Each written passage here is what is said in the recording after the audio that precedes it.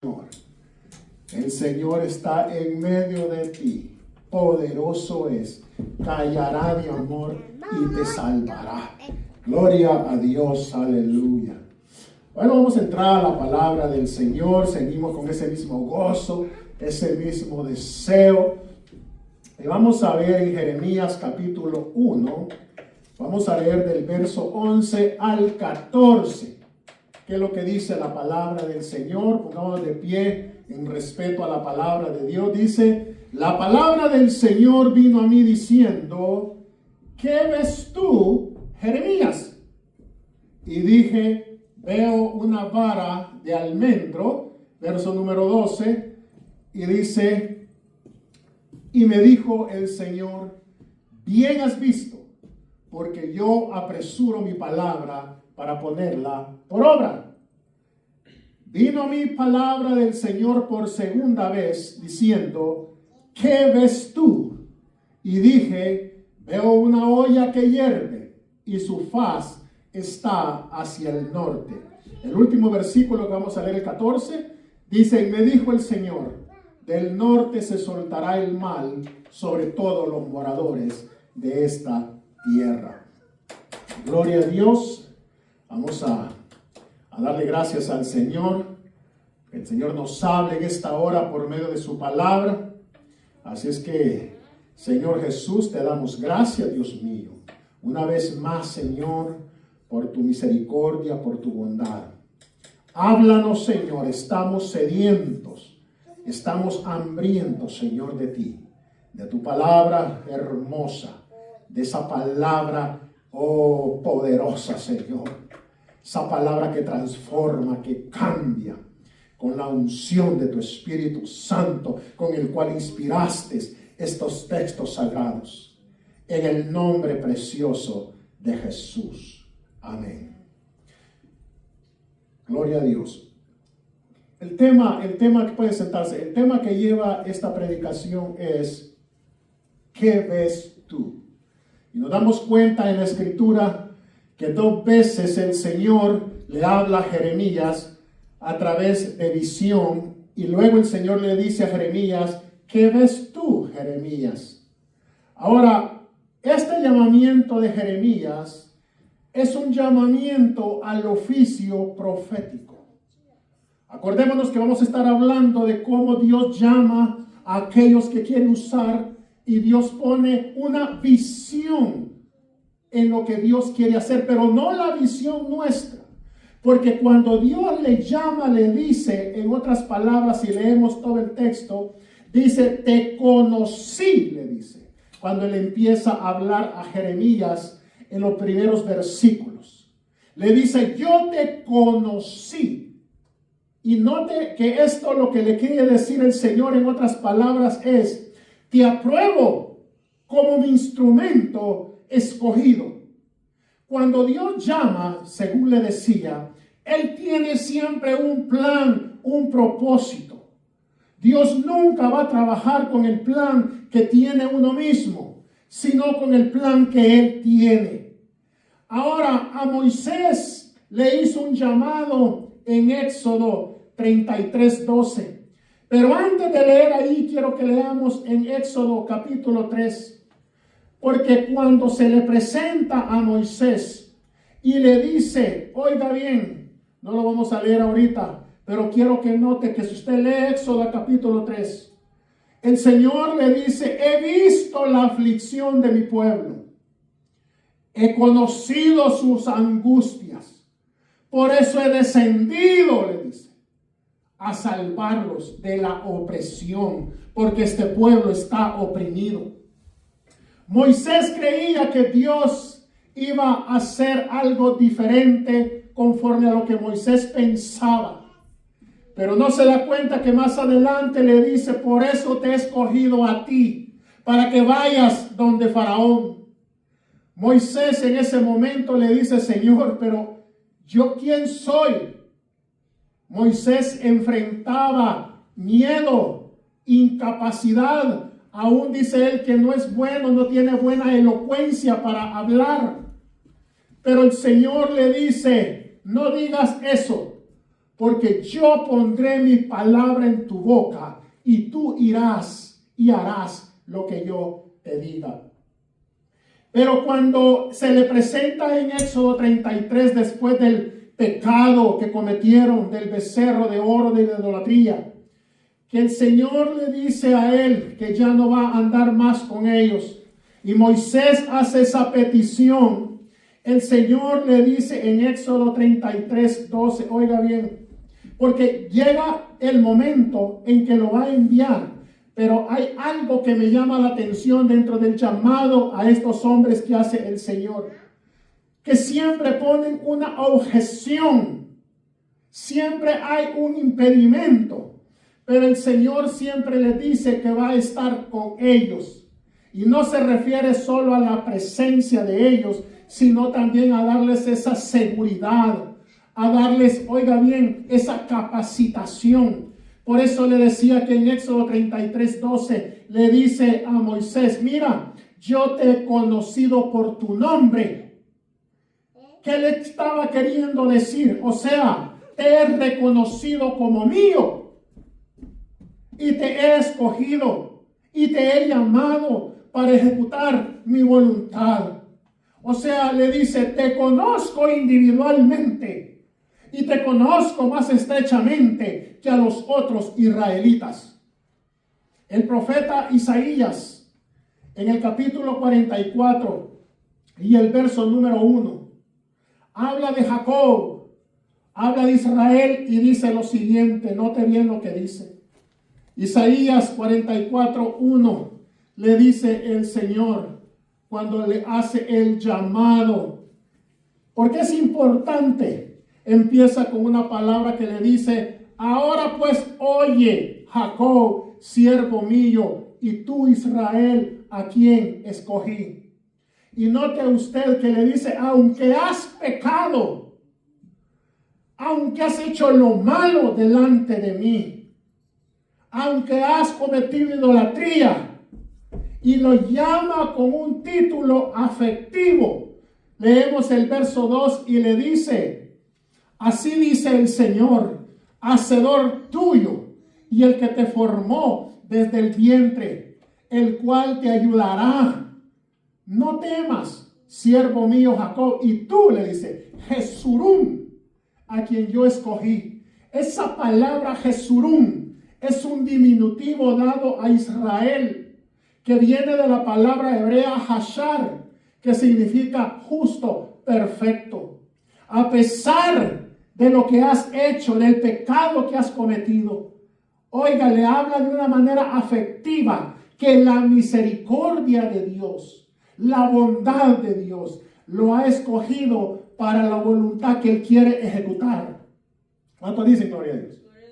Mire, una vez más, manda un mensaje profético acerca de la venida del Espíritu Santo. Mire lo que le trae. Le está diciendo, tú has cometido idolatría, has pecado. Pero note lo que dice el verso 3 y le dice, ¿sabes qué? Voy a hacer algo contigo.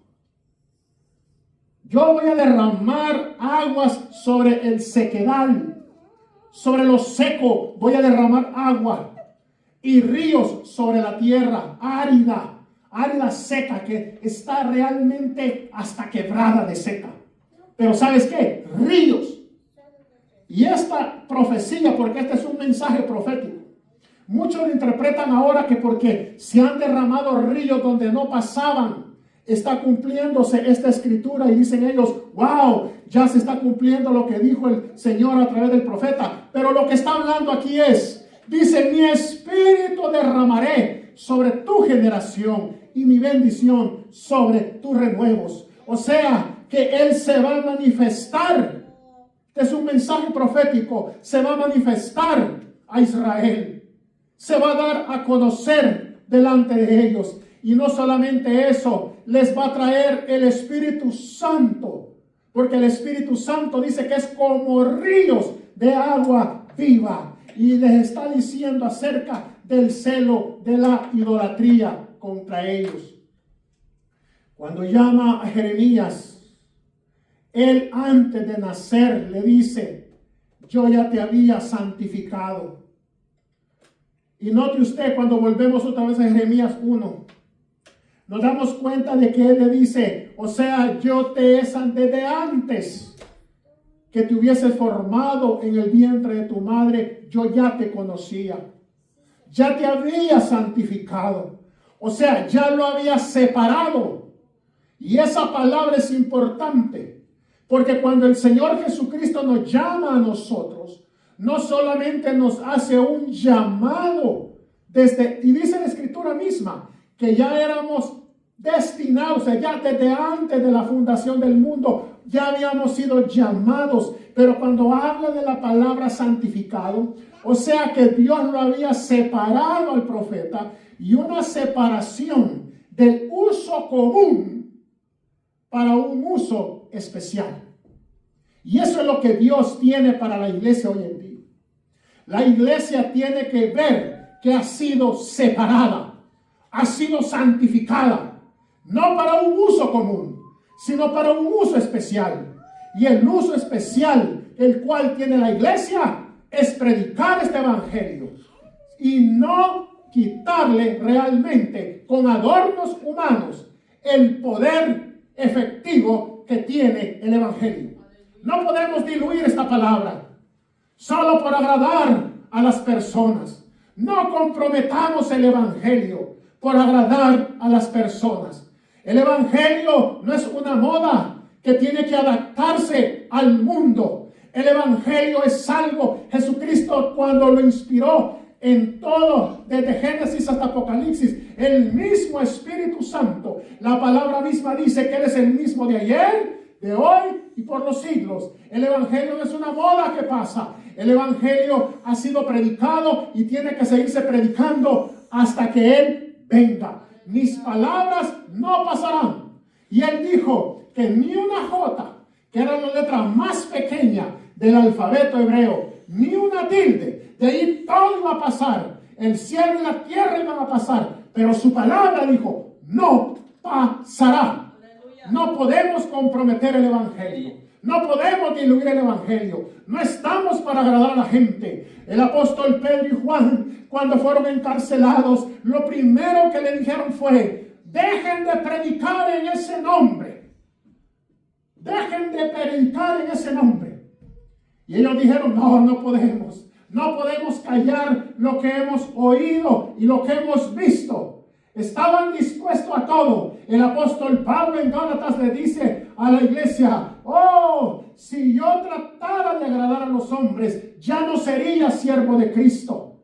Pero ellos sabían el compromiso que tenían de predicar este evangelio. Había un llamado especial. Había un llamado no para un uso común, sino para un uso especial de parte de Dios. Aleluya. Y miren, en el verso 7 de Jeremías 1, así como Moisés le dice, no tengo esa facilidad de hablar. Yo no he escuchado eso, que las personas le dicen, evangelicemos, hagamos la voluntad de Dios. Y muchos callan. Y le voy a decir algo. Yo escuché una vez una predicación de un varón de Dios, donde dice que cuando el silencio se convierte en pecado, el no testificar de las maravillas del evangelio de Jesucristo. Hay muchos que se equivocan contarle su vida a las otras personas para traerlos a la casa de Dios. Y usted puede contar su testimonio de lo que Dios ha hecho en su vida. Pero más que eso, necesitamos darles las buenas nuevas.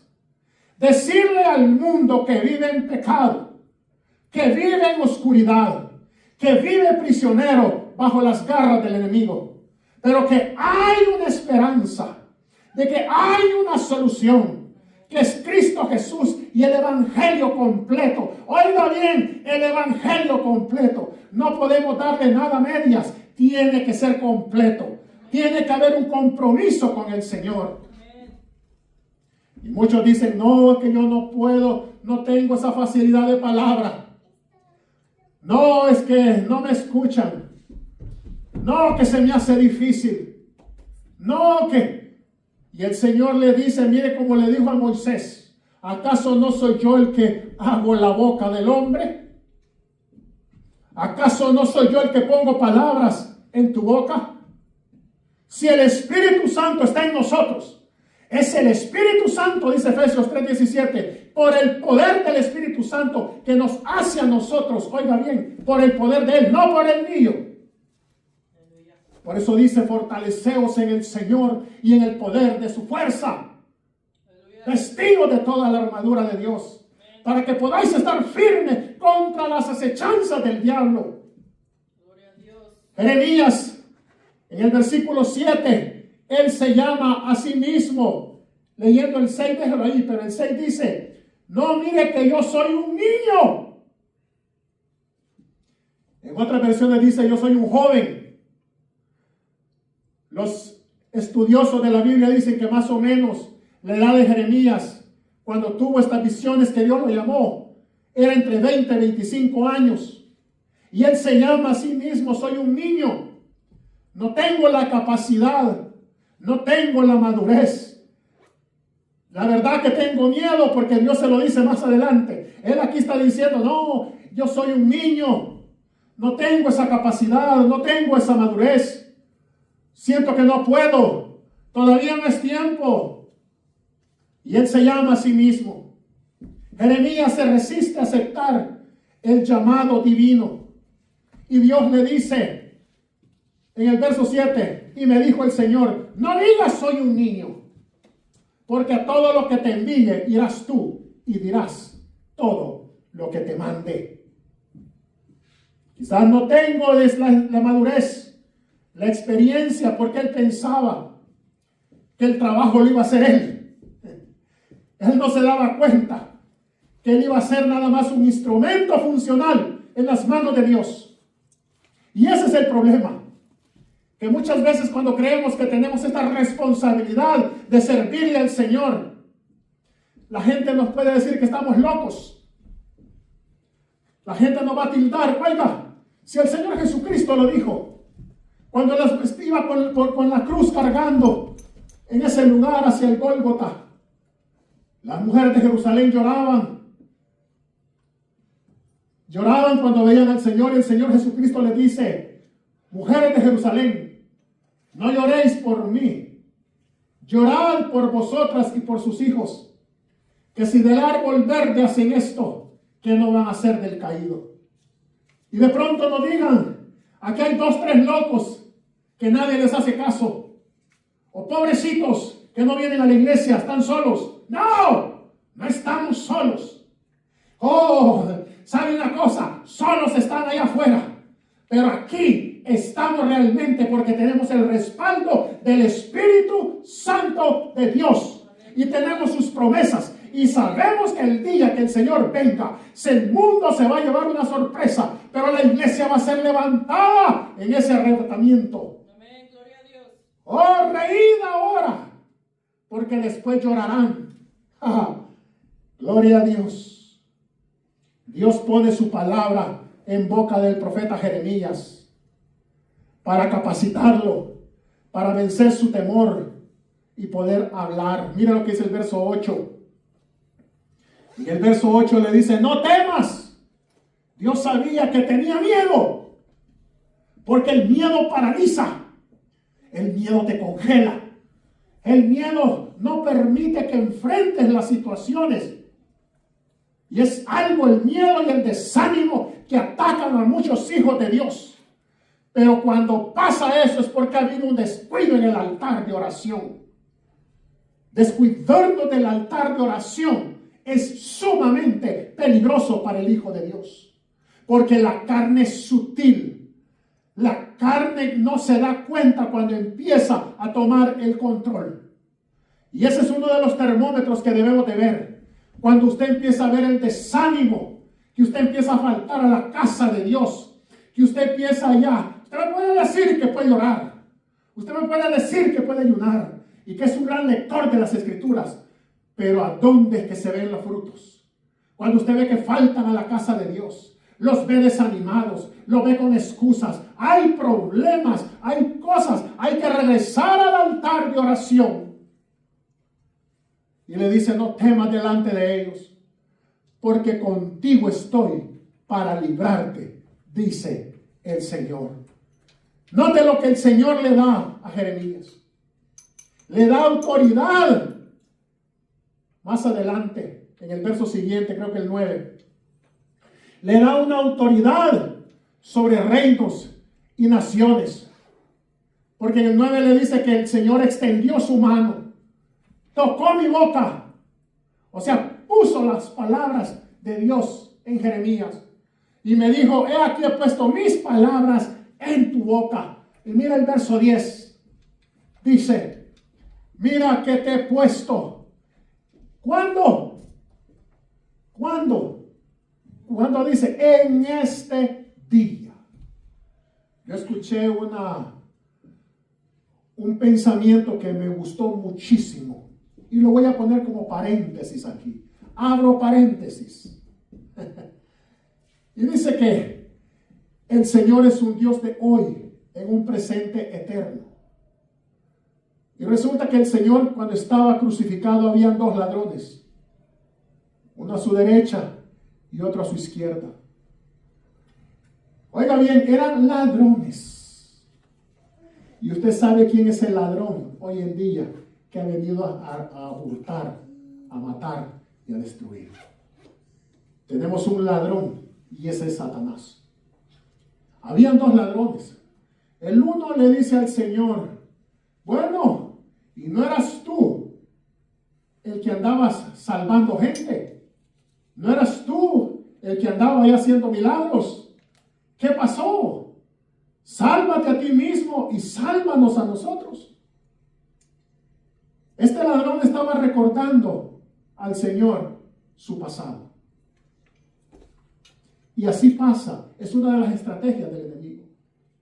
El enemigo te recuerda siempre el pasado para quererte desanimar o que te apartes de lo que realmente te has comprometido con el Señor. Y el otro que estaba al otro lado le dice, ¿en verdad tú no has entendido?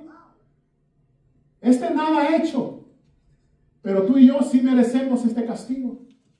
Señor, acuérdate de mí cuando vengas en tu reino. Este le estaba hablando del futuro. Y hay personas que creen que van a vivir aquí 2000, 3000, 4000 años, que todo lo quieren dejar para después. Ay, voy a orar después, voy a ayunar después, voy a la iglesia después, todo para después. ¿Quién nos garantiza que el día de mañana vamos a estar vivos? Y el Señor da una respuesta y le dice, desde hoy te digo que estarás conmigo en el paraíso. Porque Dios es un Dios de hoy, en un presente eterno. Mire lo que le dice, mira que te he puesto en este día, no mañana, sobre naciones y sobre reinos. Y aquí hay 6 cosas que va a hacer el Señor. O sea, que lo puso como supervisor para vigilar. Y le dijo para arrancar y para destruir. Vayan buscando Mateo 15:13. Para arruinar y para derribar. Para edificar y para plantar. Aquí hay 4 sinónimos de destrucción. Y hay 2 de edificación. O sea que el mensaje de Jeremías iba a ser predominante de advertencia, de juicio que iba a venir. Y esta palabra me llamó la atención, arrancar, porque son 4 advertencias de juicio y al final 2 de edificación. Y la palabra arrancar en Mateo 15:13, el Señor habla y dice de esta manera. Pero respondió él, el Señor Jesús, y dijo, toda planta que no plantó mi Padre Celestial será desarraigada. Oiga, la única manera que nosotros no vamos a ser desarraigados es que seamos plantas genuinas, plantadas por el Señor. Y esto se refiere a la doctrina. Por eso tenemos que ser celosos con la doctrina. Porque el Señor en Isaías también 61 habla acerca, dice que quiere que seamos árboles de justicia para el Señor. En el jardín del Edén, Adán nunca le ayudó a plantar una planta o un árbol o algo, no. Lea lo que dice en el huerto del Edén. Dice, y el Señor plantó un huerto al oriente. En el Edén fue Dios quien lo plantó. El hombre no plantó nada ahí. Fue Dios que lo plantó. Y es Dios mismo el que ahora en el Espíritu, espiritualmente a la iglesia, quiere plantarla como realmente su plantío. No necesita que el hombre le ayude. Por eso es que es importante que hablemos de esta visión. No la mía, sino la visión de Él. Y esa es la que debemos de trabajar. Porque Jeremías, Moisés, Jacob, cuando Dios les da esta tarea, pensaban de que ellos eran los que iban a llevar a cabo, pero no. Ellos nada más tenían que ponerse como instrumentos escogidos de parte de Dios para ejecutar esa voluntad de Él. Y es lo mismo con la iglesia hoy en día. Había una misión que extirpar y era el pecado y la corrupción de ese pueblo. En las 4 cosas que habla de juicio. Pero en las 2 que habla de edificación, estaba hablando de esa nueva alianza y de la venida del Salvador, del Mesías. Venía juicio, pero también venía restauración. Mire, para cuando el Señor habla de hacer las cosas, nos muestra que no hay tiempo que perder o pensarlo. No podemos ponerle tiempo al Señor, sí, el otro mes o el otro domingo, por seguro. Mentiras. Mentiras. Alguien decía, si el diablo te promete, no te cumple. Si el hombre te promete, quizás te cumpla. Pero si Dios te promete, tenlo por seguro que sí cumple. Y Jeremías en ese momento recibe una visión que le va a hacer, oiga bien, ver el tiempo en que va a comenzar el plan divino. En el verso Jeremías 1, volvamos a Jeremías 1:11. ¿Por qué?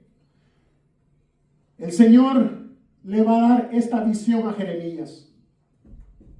Y le dice, en ese momento, cuando le hace el llamado, la palabra del Señor vino a mí diciendo, ¿qué ves tú, Jeremías? Jeremías le responde, veo, no le dijo un almendro, veo una vara de almendro.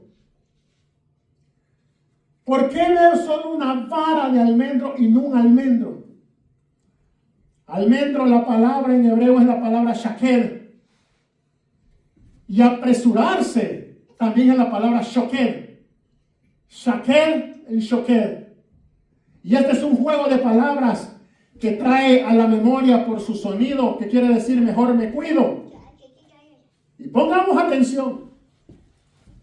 Porque en Jeremías capítulo 31 y el verso 28, vamos a verlo. Jeremías 31, 28.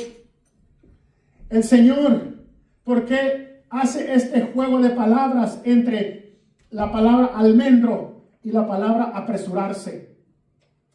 Y en Jeremías 31, 28 dice, y así como tuve cuidado, oiga bien, tuve cuidado de ellos para arrancar y derribar y trastornar y perder y afligir. ¿Se acuerdan que le dije? Mire, hasta para eso, dice el Señor que tuvo cuidado de ellos cuando les trajo el juicio. Así mismo le dice, voy a tener cuidado de ellos para edificar y plantar, dice el Señor. Volvamos a Jeremías 1:11. O sea que el Señor habla de un cuidado. Y esta visión del almendro. ¿Por qué la vara de almendro? Y aquí quiero que pongamos atención. El almendro es el primer árbol en florecer en primavera. O sea que una vez termina el invierno y comienza la primavera, el primer árbol en florecer en enero en Israel es el almendro. Y en marzo está dando ya sus frutos. Entonces, la primera palabra almendro o shaker significa, esa palabra almendro significa shaker, el despertador, por su temprana forma de empezar a florecer y dar frutos una vez termina el invierno. Y note usted que esto es un símbolo de que Dios no va a tardar en ejecutar sus propósitos divinos. Lo va a hacer pronto. Esta visión la va a ejecutar pronto. Jeremías tiene que darse cuenta. ¿Qué ves tú? Una vara de almendro. Pues lo que significa es que yo voy a tener mucho cuidado de que esto se va a llevar a cabo pronto. Y mire, en Amós 8:2, no lo busque, pero dice que Amós recibió una visión también y que vio una canastilla de frutas de verano, ya en canastilla. O sea, la palabra hebrea es kayitz, que quiere decir que el fin de Israel ha llegado, que no lo va a tolerar más. O sea, que lo que dice el profeta, le dice al profeta Jeremías es: estoy alerta, Jeremías, de que mi palabra se cumpla pronto. Y el nombre de esa planta representa ese recordatorio de que Dios estaba atento, observando, oiga bien, el cumplimiento de su palabra. Entonces ya estaba clara esa visión. Dios no retarda su promesa como algunos la tienen por costumbre, sino que no nos aprovechemos. Hay una escritura que dice, no la tengo en este momento, que no nos aprovechemos ni nos burlemos de la longanimidad de Dios, o sea, de su bondad. Porque hay gente que cree que porque la palabra dice que Dios dice que dice la palabra, hay que ser explícito. La palabra no dice que Dios la tiene por tardanza. Dice, algunos la tienen por tardanza.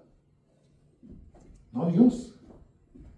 Y cuando vemos el texto aquí de la primera visión que le da Jeremías del almendro, nos damos cuenta de que Dios, aún en este tiempo, sigue teniendo mucho cuidado de lo que Él ha dicho. ¿No se ha fijado usted que cuando usted lo van a llamar a una corte o a un juez y usted va a ser testigo de algo que usted vio ocularmente, y hay más testigos que han recogido y los van a pasar a uno por uno para que dé versión de lo que vieron? De pronto no van a hablar lo mismo en cuanto a lo que sucedió, pero sí va a ser el mismo hecho, pero en versión diferente, pero van a hablar del mismo hecho.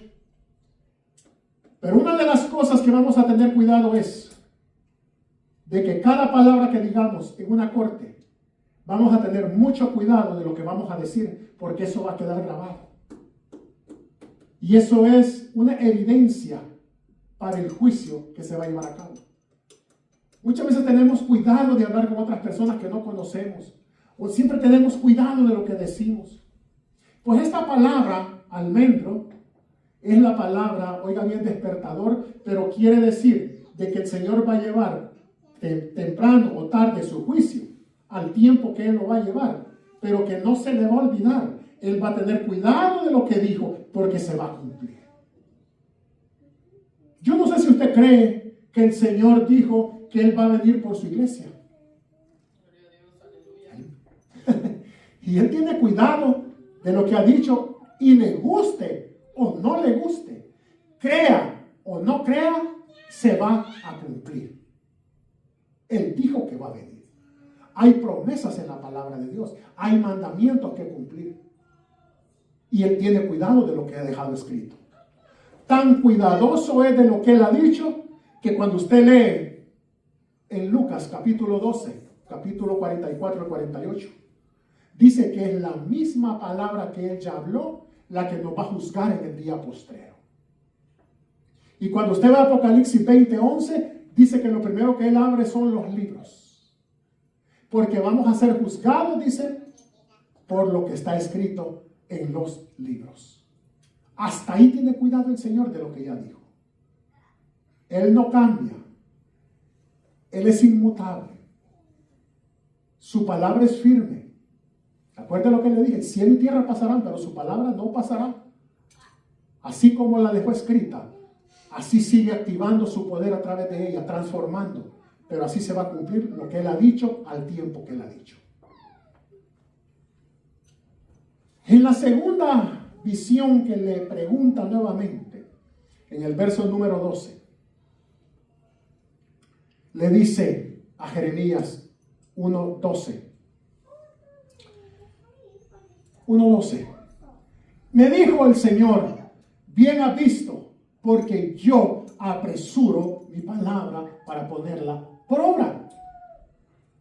Y en el verso número 13, le dice por segunda vez, vino a mí palabra del Señor por segunda vez diciendo, ¿qué ves tú?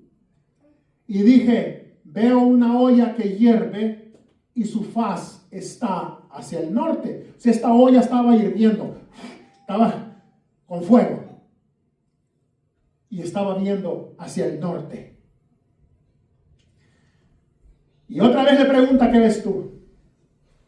Y la olla hirviendo que vemos nosotros aquí, hermanos, está hablando en los siguientes versículos de un juicio y castigo divinos. Dios estaba indignado contra Judá. Y por su maldad, por su apostasía, por su idolatría. Dios lo que le estaba diciendo en estas dos visiones, lo que vas a decir, lo vas a decir sin temor. Y va a ver usted por qué. Te estoy enviando que lo que yo voy a decir, lo que yo voy a ordenarte, lo voy a ejecutar pronto. Y lo que traigo pronto sobre Israel, sobre Judá, es castigo y juicio por su pecado. Usted predica de eso ahora del pecado y todos se quiebran. No, ya me voy de la iglesia porque a mí me estaban tirando, a mí me estaban diciendo. No, que todos se ofenden, pero es que ese es el mensaje. Usted quiere ver una iglesia llena, predíqueles de prosperidad. Predíqueles un evangelio diluido. Yo ya no estoy para eso. Yo creo que ya con los años que estoy cumpliendo cada vez, ya no estoy para estar jugando a ser cristiano.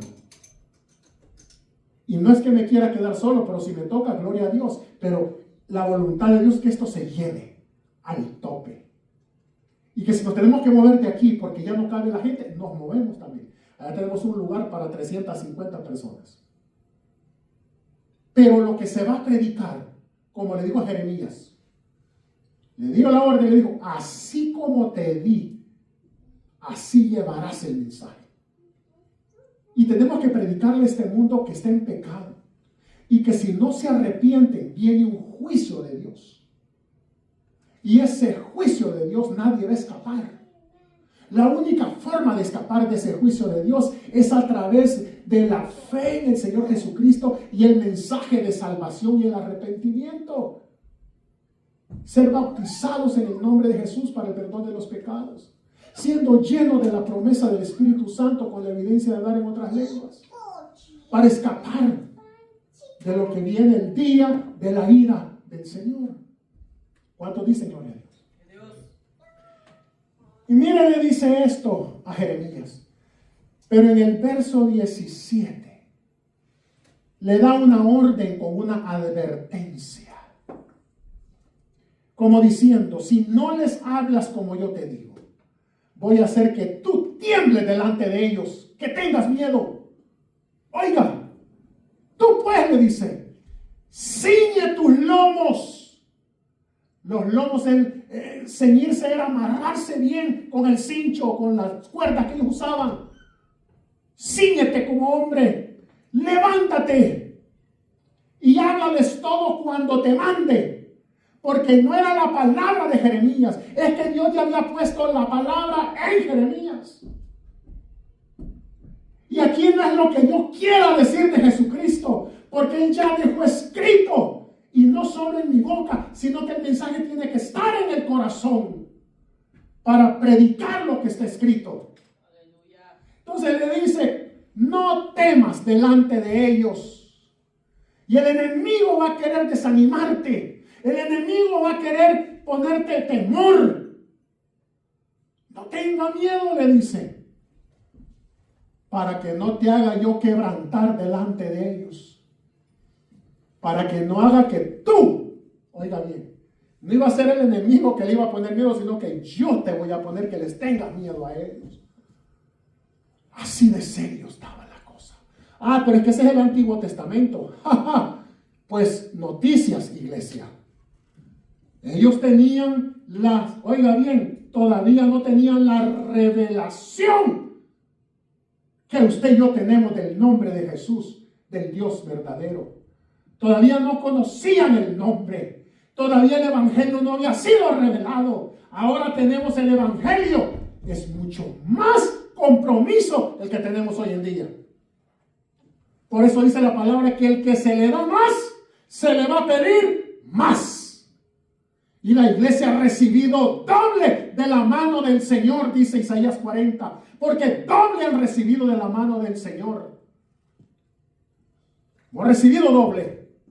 Israel, cuando sus profetas hablaban, todavía no tenían esa claridad que tenemos nosotros del Evangelio. A pesar que ellos no quisieron recibir este Evangelio, pero doble hemos recibido de la mano del Señor. Ahora la pregunta, y con esto quiero ir terminando. Faltan todavía como 3 páginas. Pero la pregunta personal que Dios nos hace a usted y a mí y a los que están, vamos a escuchar este mensaje, es el siguiente. ¿Qué ves tú? ¿Qué ves tú? Así como le dijo a Jeremías 2 veces. ¿Qué ves tú, Jeremías? ¿Tiene usted la visión de Dios para su vida? ¿Tiene usted esa visión? No la suya, sino la de Dios en su vida. ¿Qué ve usted? ¿Qué veo yo? Dios nos ha dado como iglesia una visión. Proverbio 28:19. Hay 2 partes muy importantes. Quiero que lo pongamos para poderlo ver. Proverbios 29:18. Si usted tiene su Biblia también en casa, sería bueno. Mire lo que dice Proverbios 29:18. ¿Por qué? Porque usa la palabra extraviarse o perecer, que es lo mismo. Dice sin profecía. En otras versiones dice sin visión. Sin visión. Y no la visión suya, no la visión mía personal, no. Es la visión de Él para el propósito, para lo que Él quiere hacer con nosotros en la ciudad donde estamos o aquí en esta ciudad. Por eso dice sin visión el pueblo. Y aquí dice se desenfrena. Porque la misma palabra que usa allá en Éxodo 32:25, cuando habla del becerro de oro, de la idolatría, que el pueblo dice que se desenfrenó, porque no quisieron esperar en el Señor el pacto y la promesa que tenía para ellos. No quisieron, se cansaron del Señor. Oh, este Moisés que nos trajo aquí, ya hace días que no baja de esa montaña. ¿Quién sabe qué le ha pasado? Necesitamos un líder. Necesitamos hacer nuestra voluntad. Somos libres. ¿Acaso no nos han sacado de la esclavitud? Ahora somos libres. Hagamos lo que queramos. Y esa misma palabra desenfreno la está usando el libro de Proverbios, porque dice, sin visión el pueblo se desenfrena. Pero dice después, más el que guarda la ley es bendecido o bienaventurado. Y note usted, son aquellos que siguen su propio camino, quieren vivir la vida sin restricciones. A mí no me tienen que decir lo que tengo que hacer, yo soy libre de pensar, porque ese es el nuevo modalismo, libre de pensamiento. Quiero vivir mente abierta, dice el hermano. No me tienen que decir nada. Dígame de bendiciones, dígame de prosperidad, dígame de amor, esas cosas sí las recibo, pero no me hable de pecado. Porque a sus ojos todo mundo es salvo. Y no. La misma palabra dice que el corazón, dice, oiga bien, es perverso, que es inclinado a la maldad.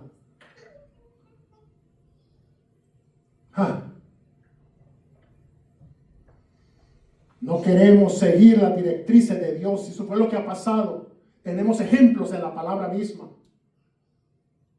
Mira lo que dice segunda de Pedro 1:19, es la última escritura que vamos a ver.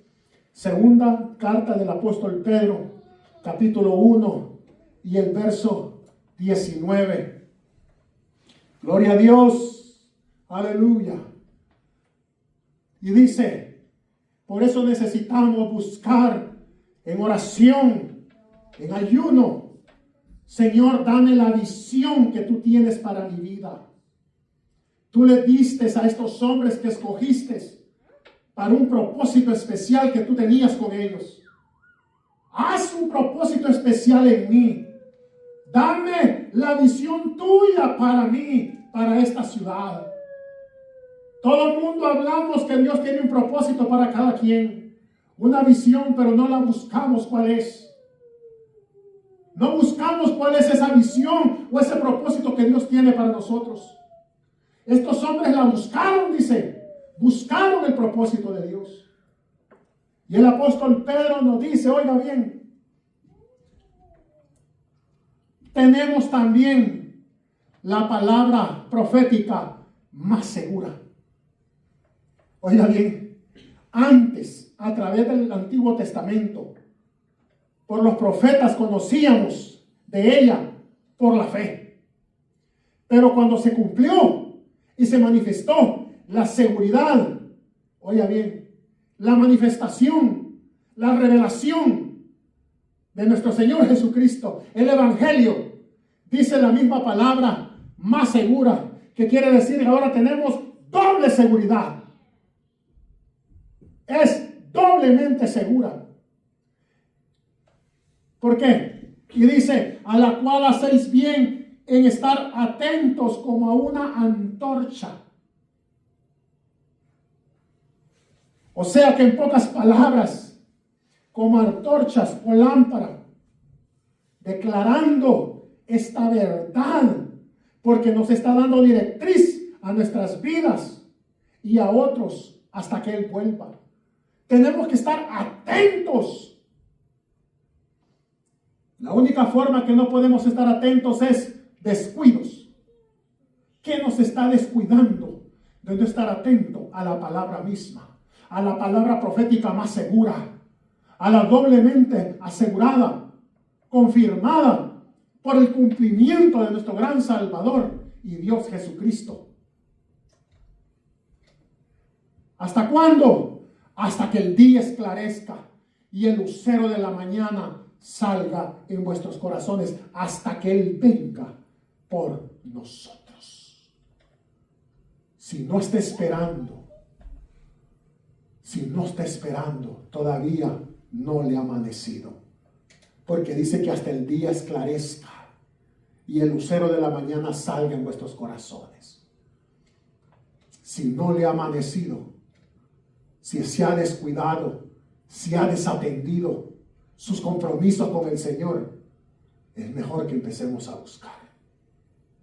¿Qué ves tú? Si usted me hiciera la pregunta a mí, yo le diría que lo que veo es un mundo que no tiene visión de Dios. Un mundo que está muriendo en su maldad y su pecado. Un mundo que está desenfrenado, viviendo a su propia voluntad. Veo un mundo en oscuridad bajo una visión. Y es la visión y la directriz de las tinieblas. Ponga la música, por favor.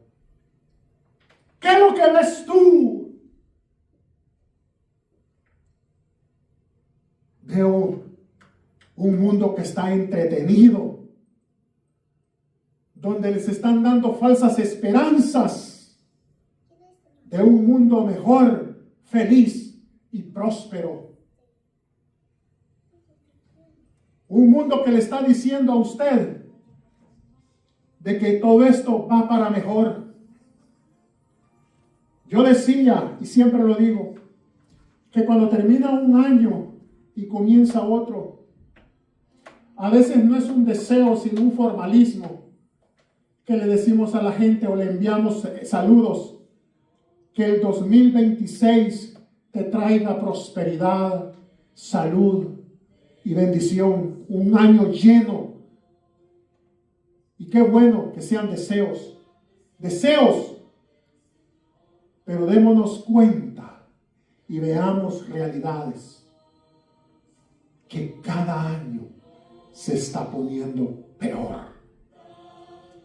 Porque lastimosamente los que dirigen estas naciones no tienen visión de Dios. Y acabamos de leer que dice que el pueblo sin visión perece. Se está muriendo esta humanidad. Y note usted que hay ataques inminentes contra las iglesias, contra cristianos. Hay una persecución, pero no como la del siglo I, es una persecución diferente. Y esa falsa esperanza de que el año que viene va a ser mejor que este. No sé en qué forma, pero yo veo que cada año todo se está complicando y se está cumpliendo lo que el Señor dijo que iba a pasar. Todo se está cumpliendo. Todo se está preparando. ¿Sabe que eso es lo que yo veo? Un mundo de falsa esperanza, de falsa felicidad, donde quien tiene el control, que es la política, la ciencia y la religión, nos están queriendo dar una visión diferente. Llega un gobernante, llega otro y las cosas van peor. La ciencia va avanzando rápidamente, enseñándole ahora a las nuevas generaciones a lo que es la inteligencia artificial. Inteligencia artificial. Nuestros hijos ya no quieren usar su propia inteligencia. No le quieren pedir inteligencia a nuestro Señor Jesucristo, que da la inteligencia y la sabiduría y el conocimiento. No. Ahora quieren una inteligencia artificial. Algo engañoso. Eso es lo que está dándole la ciencia. La ciencia está tratando de cubrir todas las necesidades de la carne. El que se quiere embellecer y verse joven se inyecta, se quitan, se ponen. Y al final, aunque se quiten y se pongan, todo va para los gusanos. ¿Para qué embellecerse tanto si al final son los gusanos los que se van a dar gusto? La ciencia quiere cubrir todas las áreas de la carne, de la vanidad del ser humano. Y la religión. Hay mucha religiosidad. Donde hay muchos tipos de doctrinas, de iglesias, de ideas. Hay mucho conocimiento hoy en día, pero no hay unción. No hay Espíritu Santo en las iglesias. Lo que hay es elocuencia, convencimiento. Pero el único que convence de verdad es el Espíritu Santo. Amén, gloria a Dios. Por eso cuando yo oigo a estos ancianos que van quedando pocos y yo me hago una pregunta, ¿qué va a pasar cuando estos ancianos ya no estén? No tenían el conocimiento ni las herramientas que tenemos hoy en día para estudiar la palabra. las exégesis, las homiléticas y todo lo que termine en esos términos. Pero había unción, había milagros, había prodigios, había maravillas. Me estoy echando una piel. Oh, necesitamos. Mamá, vamos. Señor, nos abra los ojos espirituales. ¿Qué ves tú? Y sabe que yo veo ahora que cuando le hizo esa pregunta a Jeremías y vio la vara de almendro, y yo todavía sigo viendo esa vara de almendro, dice: Señor, todo lo que usted ya dijo pronto se está cumpliendo. Nada va a dejar de cumplirse. Todo se va a cumplir. ¿Y sabe qué es lo que viene después del cumplimiento? En este momento estamos viendo nosotros que el Señor está restaurando, está salvando, está sanando. Pero viene un día que se le llama el día de la ira del Señor, donde vienen los juicios de Dios sobre la tierra. Viene el juicio del trono blanco. Yo le hago el llamado en esta hora, que abramos los ojos y nos demos cuenta que lo que está pasando alrededor nuestro es grave, es grave. Yo pienso mucho en mis hijos y le digo yo: ¿qué clase de mundo les está tocando o les va a tocar? Pero a la vez siento una esperanza, una seguridad cuando digo: si yo los encamino por este camino, no solo de palabras, sino con el ejemplo, yo sé que ellos van a tener esa esperanza y Dios los va a guardar en el nombre de Jesús. Aleluya. Vamos a orar entonces.